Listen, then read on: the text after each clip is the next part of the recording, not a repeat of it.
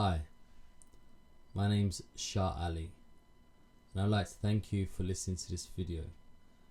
It's my first presentation in self-development, and the topic I'm covering today is the power of focus. My aim in this video is to monitor my own progress, to share my knowledge and experience, and to be able to inspire and help others take action. In the same way, Tony Robbins has been able to inspire me. For those of you that don't know Tony Robbins, he's a motivational, inspirational speaker. As he would like to say, he's a life strategist and a business strategist. You can find him on YouTube.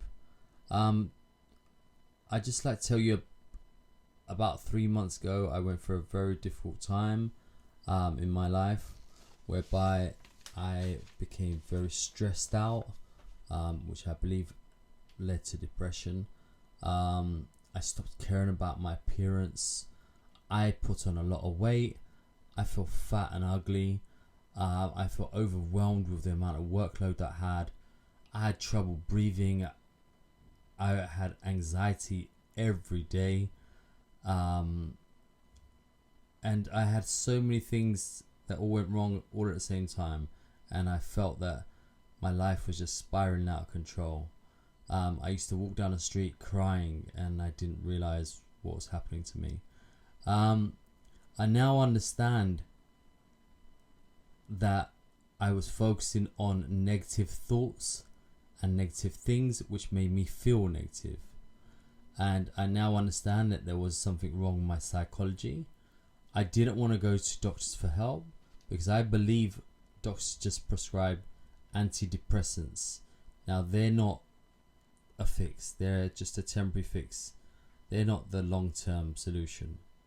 So I decided to take action because I'd had enough of the way I felt, and I became very committed to self-development, and I focused on it. I just devoted a lot of time to it, and I also believed by focusing on self-development, I'll change the quality of my life. Now, in one of his videos, Anthony Robbins says, for you to be able to change, you have to find the strong enough reasons why. And I realized that the strong enough reasons why were my children, my life, the way I felt. I wanted to be happier, and I wanted to be able to live a good quality of life. So I realized that I had to change my psychology. I began to reprogram my mind by reading self-development books. One that comes to mind is The Magic of Thinking Big. I also started reading an NLP book called NLP for Dummies. I started practicing affirmations, and I used association to the affirmations. So that meaning, so if I would say I am strong, I would use something to associate with that. So if I thought I was strong, I would visualize myself in the gym pumping weights. So that's the way I associated it. In the sense that I also did self-hypnosis to reprogram my subconscious mind. I also learned how to do a morning ritual, which I do religiously every day, that Anthony Robbins has on YouTube, called the priming technique. This video has helped me immensely in the sense that I feel that I'm healing myself. It makes me feel happy in the morning. It sets me up for the day. I remember happy memories in my life, and I've been able to train my mind through using this technique.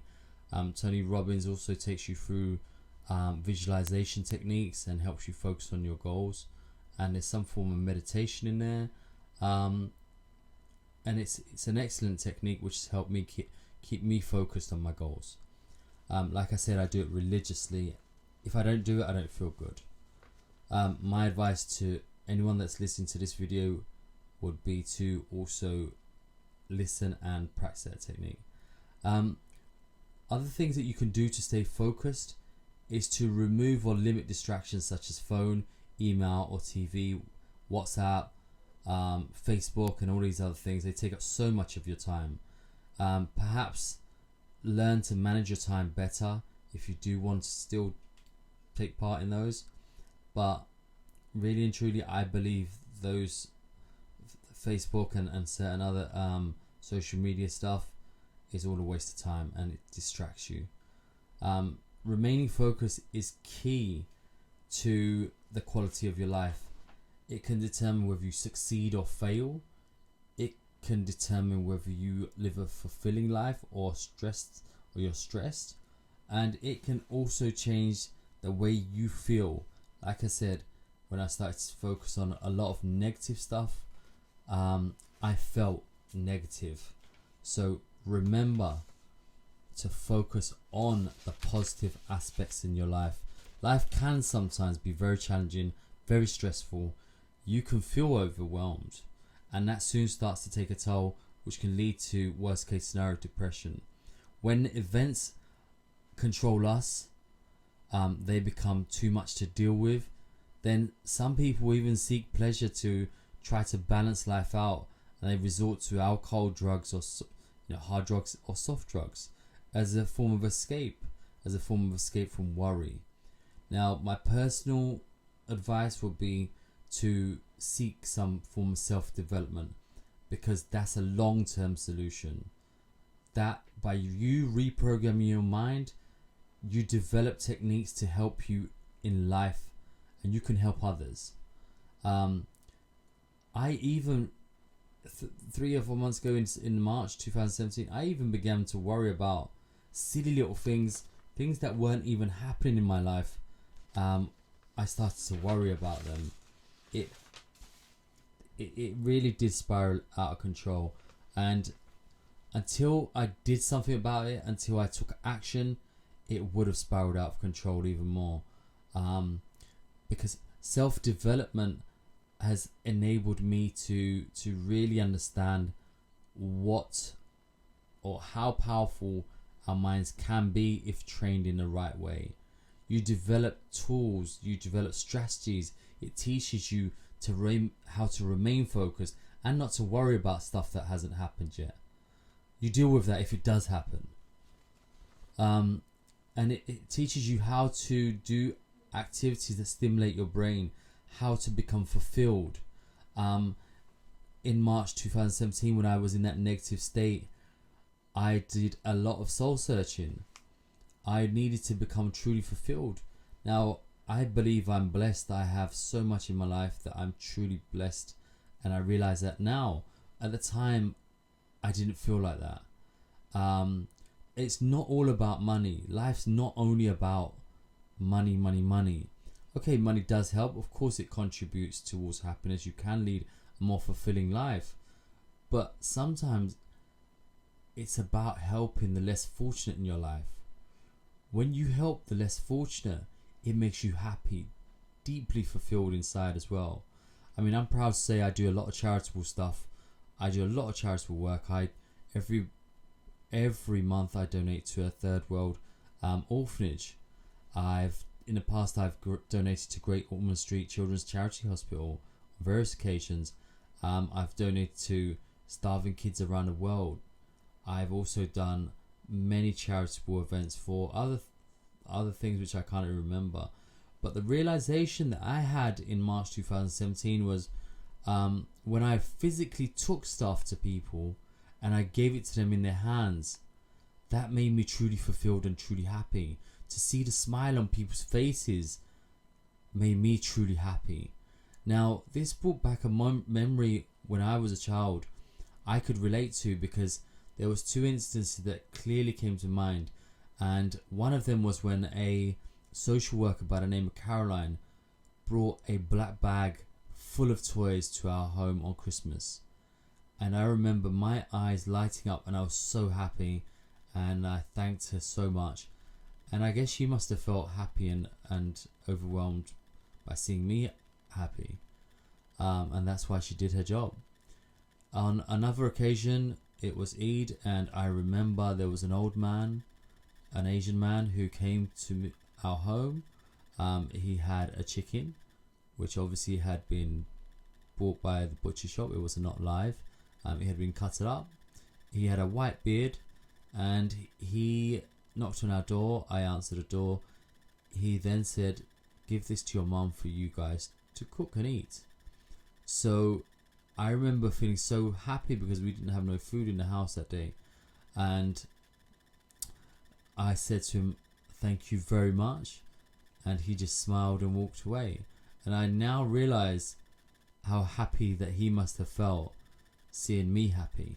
So the realization is that I believe that we have to give much more in life to other people and to help them, and to physically go and hand stuff brings even more happiness.